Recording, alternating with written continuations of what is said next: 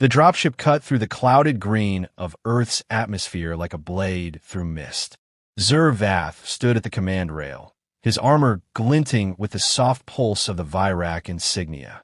Around him, 5 of the galaxy's finest assassins sat in silence, their breathing regulated, their hearts slowed by discipline.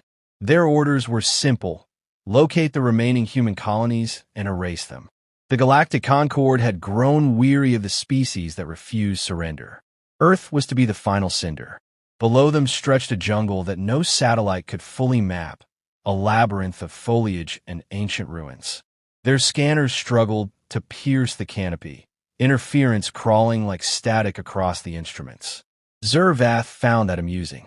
Humanity's planet still resisted, even after its sky had been burned and its oceans poisoned. Primitive worlds die hard, he muttered. The pilot gave a quiet hum of assent. The dropship landed in a clearing choked with vines. Air hissed as the ramp lowered, releasing the thick, humid breath of the forest. Zervath stepped out first, his boots sinking into soft soil. The sound struck him immediately, whispers of insects, the heavy rhythm of unseen wings, and beneath it all, something subtler, a pulse. The forest seemed to breathe. They moved in formation, weapons raised, sensors scanning.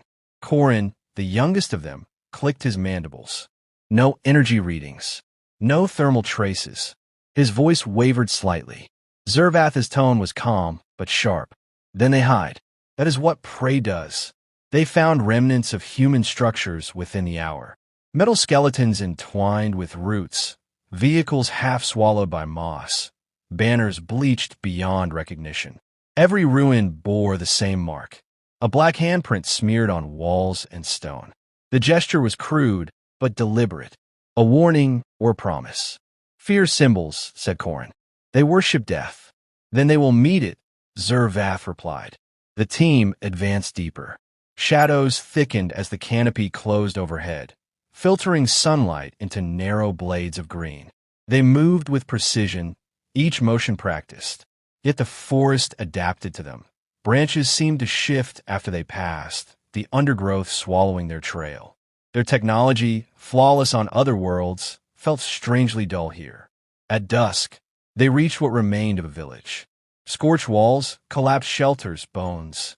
It should have been comforting evidence of human defeat, but something in the arrangement of the ruins felt wrong. The fires had burned inward. The bones faced the forest. They were not running, murmured one soldier. They were guarding. Before Zervath could reply, the comlink crackled. A scream erupted through the channel. Short, raw, cut off. He froze. The signal belonged to Drac, one of the scouts posted behind them. The squad spun around, weapons aimed at empty air. Thermals, shouted Corin. Something's moving fast, but the scanner showed only the forest. No life forms, no heat, no motion. Zervath ordered a perimeter. They found Drac's body minutes later, suspended upside down by woven cords of vine. His throat was cut cleanly, and an arrow of bone protruded from his chest. Not energy-based, handcrafted, primitive. Yet the precision of the strike was surgical. Corin knelt beside the corpse, voice trembling. They couldn't have. They could, Zervath interrupted. And they did. He examined the weapon. The arrowhead gleamed faintly, coated with something organic. Toxin, perhaps. He snapped it free and tossed it aside. They are hunters. Night descended quickly. The jungle came alive with strange sounds, calls that mimicked their voices, metallic rustling that faded when approached. The assassins set up a defensive ring, their armor lights casting faint halos across the moss.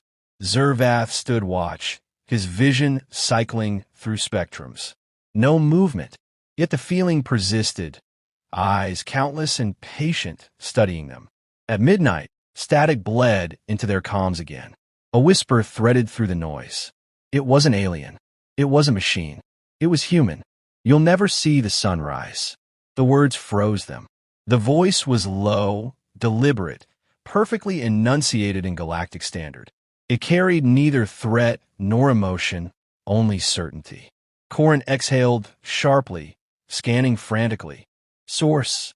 "Everywhere," said another, voice tight with fear. Moments later, the camp lights flickered and died. The jungle swallowed them in total darkness. Zervath activated his visor's night optics, the world shifting to shades of cold green.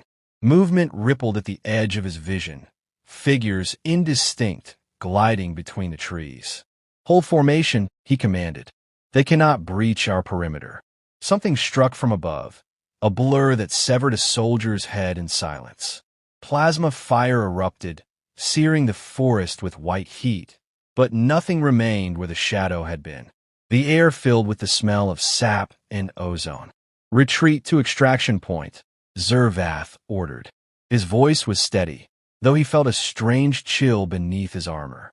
They moved fast, guided by infrared beacons. Yet each beacon flickered out moments before they reached it. The forest bent around them, paths twisting, familiar landmarks vanishing. Corin fell behind, shouting into the dark, and then his cry was cut short.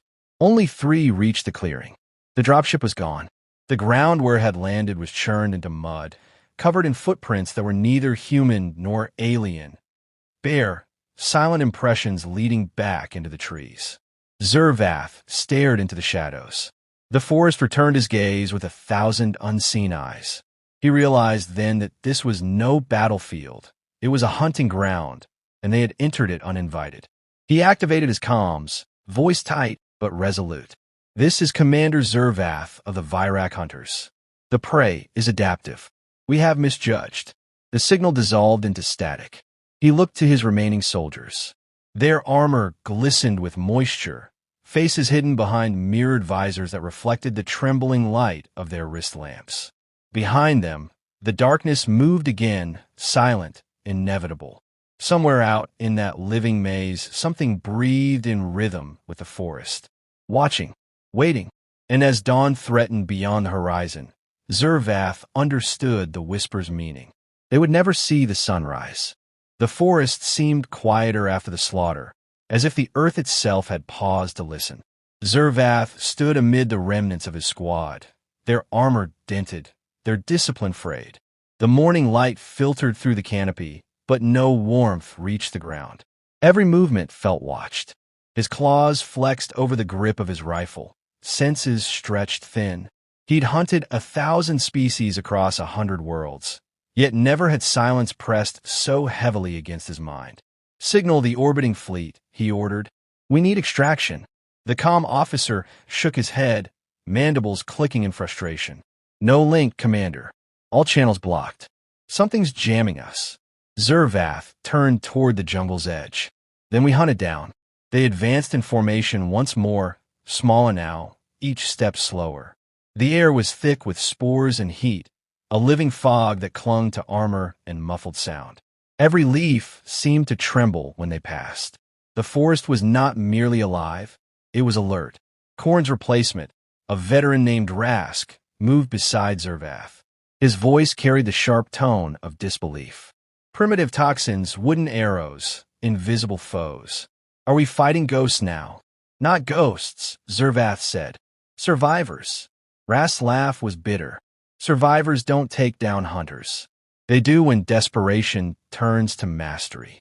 Zervath's voice lowered, almost reverent. "They've been watching us, learning us. We are not the hunters here." Hours passed. The terrain grew uneven, roots twisting like serpents, tree trunks thick as fortresses. They found signs of movement, shallow footprints, the remains of fires so carefully buried they barely left ash. Someone was moving in patterns, circling them. When Rask attempted to flank, he vanished into the green. No sound, no cry, only the soft vibration of the forest resettling itself. The others wanted to retreat. Zervath refused. Retreat to where? Every direction is theirs. A glimmer flickered through the mist, metal. They approached cautiously, discovering a fallen drone. The casing was scorched, but its black box remained intact. Zervath replayed the last seconds of its recording. Through static and motion blur, the image of a man appeared. He wore armor woven from leaves and bark, face concealed beneath a hood. Behind him, shapes moved, Others dressed the same, silent as shadows. Then came the moment that froze them all. The man looked directly into the drone's lens and spoke. "You should have stayed among the stars." Then the feed ended in static. "That was no scavenger," murmured the comm officer. "That was trained." Zervatha's mandibles tightened. Train implies discipline. Discipline implies command. His gaze lingered on the trees. Someone leads them. By nightfall, the assassins found themselves surrounded again. The faint hum of motion filled the air. Not machinery, but breath and rustling cloth. They could feel eyes, hundreds of them. When the first arrow struck, it was silent, almost gentle, embedding itself in Rask's armor. He yanked it free and turned to fire, but a second shaft pierced his visor. His body dropped without a sound. Plasma bolts seared through the forest, lighting the canopy in white flares. Figures moved between trunks, weaving through the firelight like smoke. No target stayed still long enough to kill. One by one, Zervatha's squad fell, dragged into the undergrowth. He activated his cloak and dropped low, scanning the area.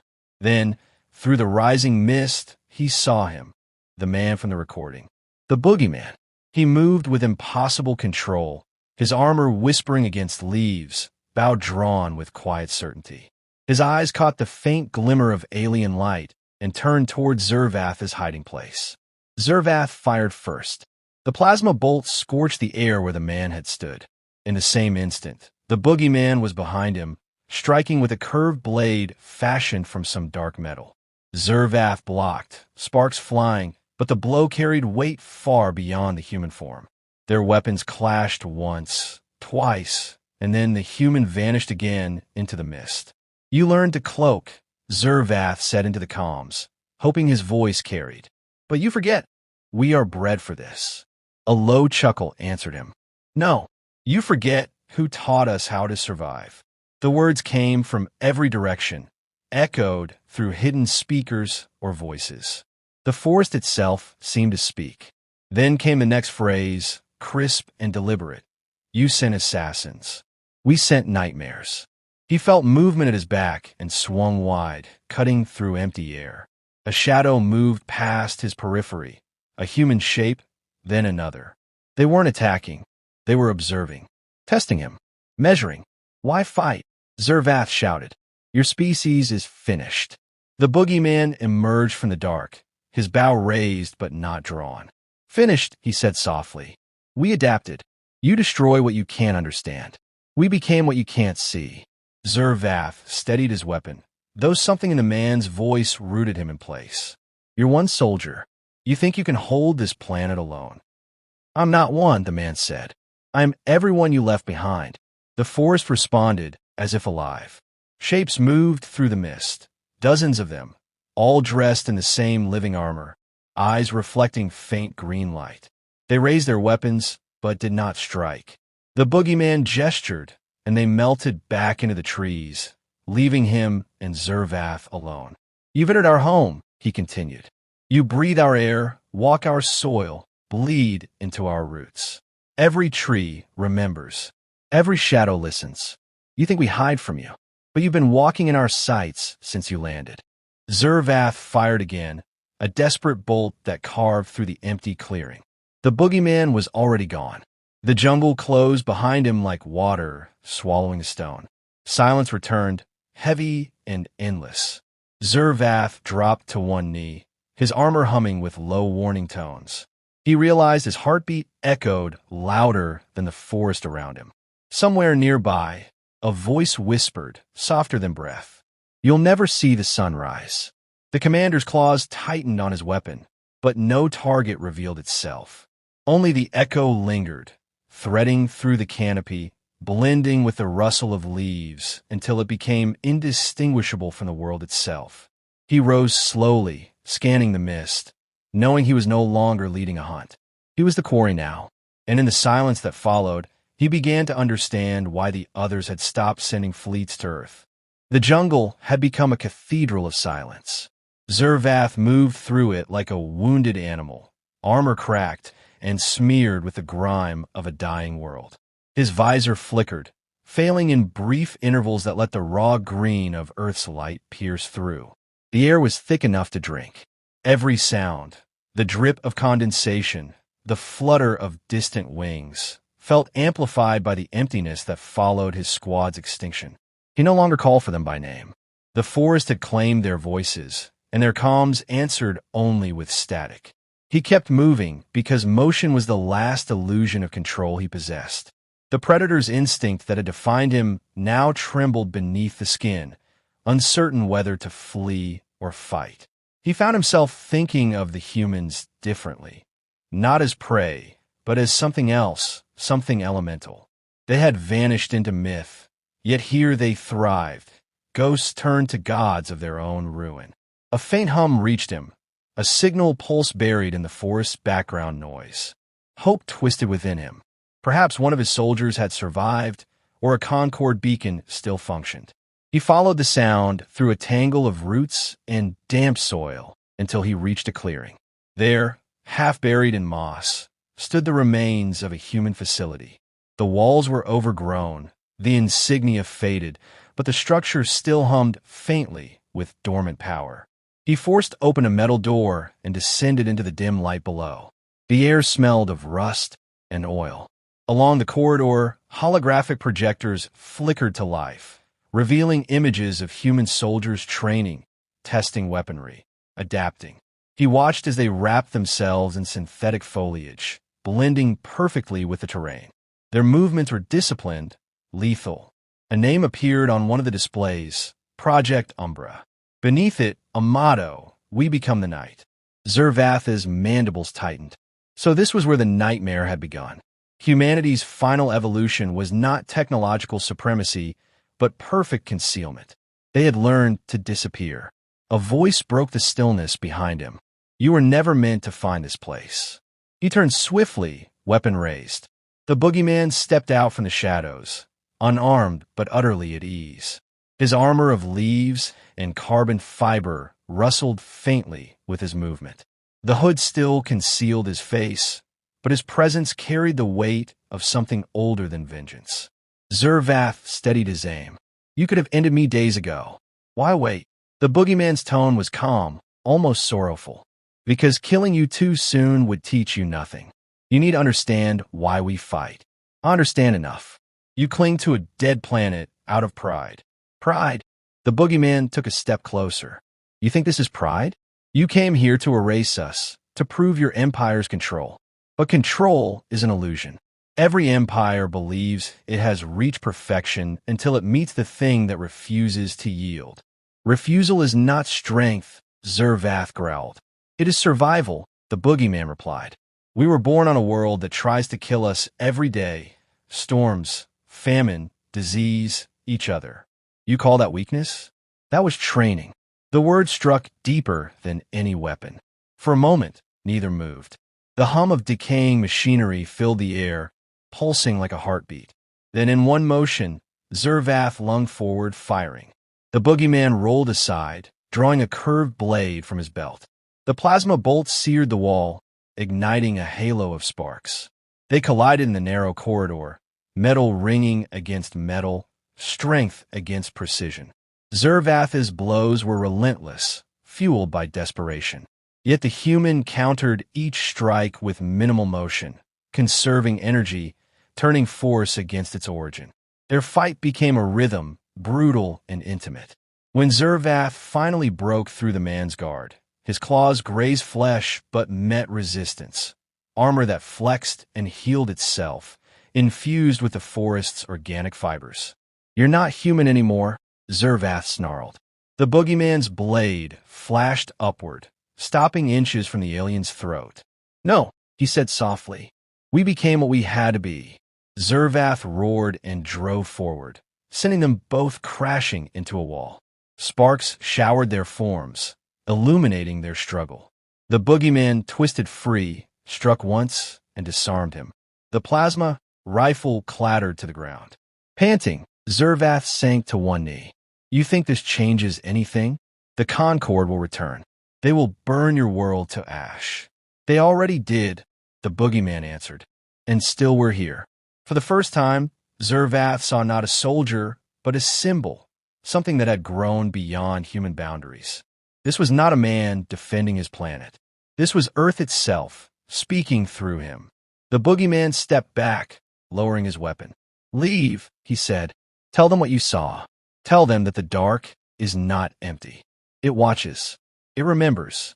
Zervath tried to rise, but pain seared through him. His systems were failing. "You won't let me go." "I will," the boogeyman said quietly. "Because the story must spread. Fear keeps you away better than blood." He turned and vanished into the green, his outline dissolving until only the forest remained. Zervath staggered outside. The air was heavy with mist, glowing faintly as the first light of dawn tried to pierce through. The jungle moved around him, branches shifting, vines curling. He felt the planets gaze upon him. When he reached for his comms, the static cleared. Orbit had found him again. "This is Commander Zervath," he rasped. "Mission aborted. Do not descend. Earth is compromised. Repeat, do not descend." He lifted his eyes toward the horizon. Through the canopy, the rising sun cast the world in molten gold. For the briefest instant, he thought he saw figures among the trees, hundreds of them, watching in silence. Then the light swallowed them whole. A transmission pulsed across the void hours later. Planet designated hostile. Quarantine permanent. Deep beneath the forest, unseen, the boogeyman stood among his people. "They won't return," someone said. He nodded once. "They will, eventually." Fear fades. He looked toward the sunlight filtering through the leaves, expression unreadable. "Then we'll remind them." And as the forest closed around him once more, the whisper returned, carried on the wind like an oath older than memory. "You'll never see the sunrise."